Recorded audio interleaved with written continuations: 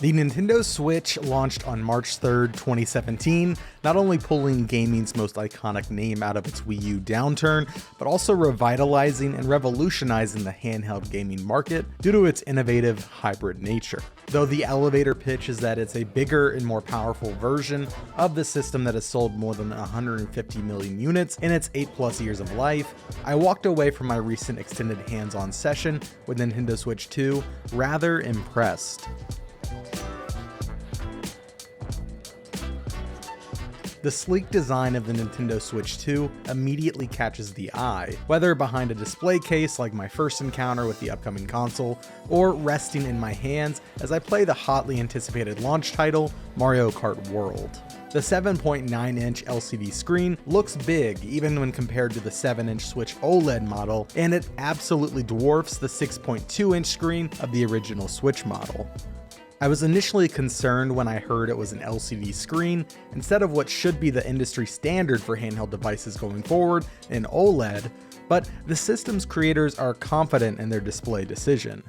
There are a lot of advancements that have been made in LCD technology, Nintendo Switch 2 hardware design lead Tetsuya Sasaki says during a Switch 2 developer roundtable. Quote, "During the development, we took a look at the LCD technology that was available to us now, and after a lot of consideration, we decided to stick with LCD. My initial fears were immediately dashed away as I fired up Mario Kart World during my first hands-on session. The 1080p resolution and smooth frame rate look terrific on such a small screen. With support for up to 120 frames per second, it delivers exceptional performance and a form factor that is the same thickness as the original Nintendo Switch. However, the biggest differentiator in my time with Nintendo Switch 2 is its ability to display more vibrant colors and lighting thanks to its HDR capabilities." Quote, "Even with the OLED version of Nintendo Switch, we hadn't had support for HDR, but that's something we have support for now," Nintendo Switch 2 producer Koichi Kawamoto says. "Most of my demos took place in docked TV mode, but Mario Kart World looks terrific on the Switch 2 screen. If you prefer to play in tabletop mode, the kickstand is substantially more durable and adjustable than that of the original Switch, making tabletop mode much more versatile and viable. I don't anticipate worrying that I'll accidentally snap this stand off or that it'll be unstable in any way." Though the ability to play on the go is one of Switch and Switch 2's main attractions, I typically enjoy my games on the TV, and that is precisely where most of my gameplay sessions take place. Removing the Joy-Cons from the Switch 2 is not quite as easy as the rail-based system of the original Switch, but the button release magnet system that holds the Joy-Con 2s in place feels much sturdier than the Switch 1's rails. Removing and replacing the Joy-Con 2s to the Switch 2 has a tiny learning curve, but after completing the process a few times and learning that it's easier if you connect the bottom of the Joy-Con and then the top, I had the process down.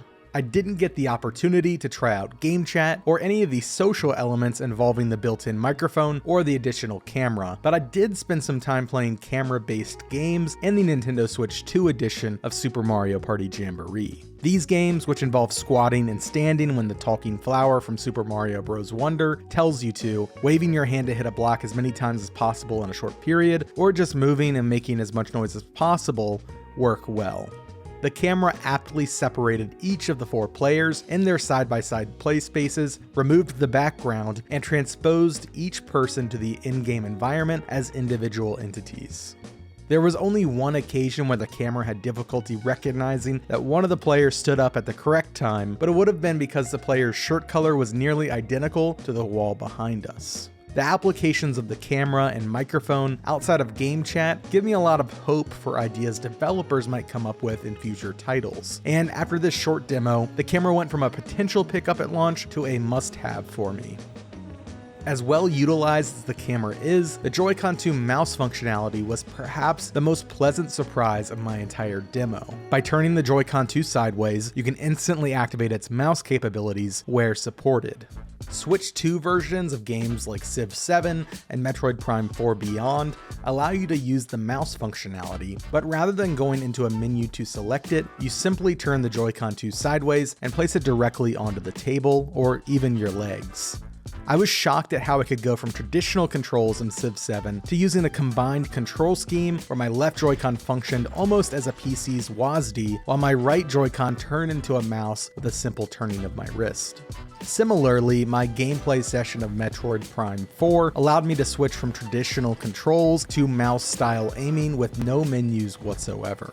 Not only is it simple to activate in those cases, but it works remarkably well. And with small pads on the sides of the Joy-Con 2s, I never felt like I was in danger of damaging the controller, even with aggressive mouse movements like with the wheelchair basketball game Drag X Drive or the newly added Super Mario Party Jamboree mouse minigames. For the other games I checked out, I used the Switch 2 Pro controller, which feels similar to that of the original Switch, with two changes: the inclusion of the C button for game chat, and the addition of two mappable back buttons, similar to those found on high-end controllers. The back buttons weren't mapped in my gameplay sessions, but as someone who often uses those back buttons on my Xbox Elite controller, I'm excited to have more options with this new Pro controller. However, if you already have a Switch Pro controller and don't want to drop additional money just for the back buttons and C button, all Switch 1 accessories work with Switch 2.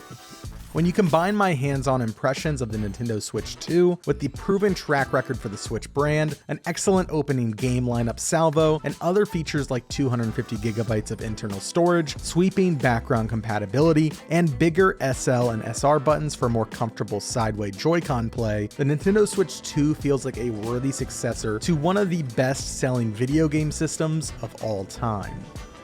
With just 2 months to go until launch, I'm already eagerly anticipating getting my hands on my own Switch 2 and beginning this long-awaited next era for Nintendo. Nintendo Switch 2 arrives on June 5th. Thanks so much for watching this video. If you missed it, Game Informer is back and the entire team has been rehired. We're so excited to be back bringing you video content here on our YouTube channel. If you're new here, please click that subscribe button, hit the notification bell, and like this video if you want to help us out. As always, head over to GameInformer.com for the latest news, reviews, features, and previews of your most anticipated upcoming games.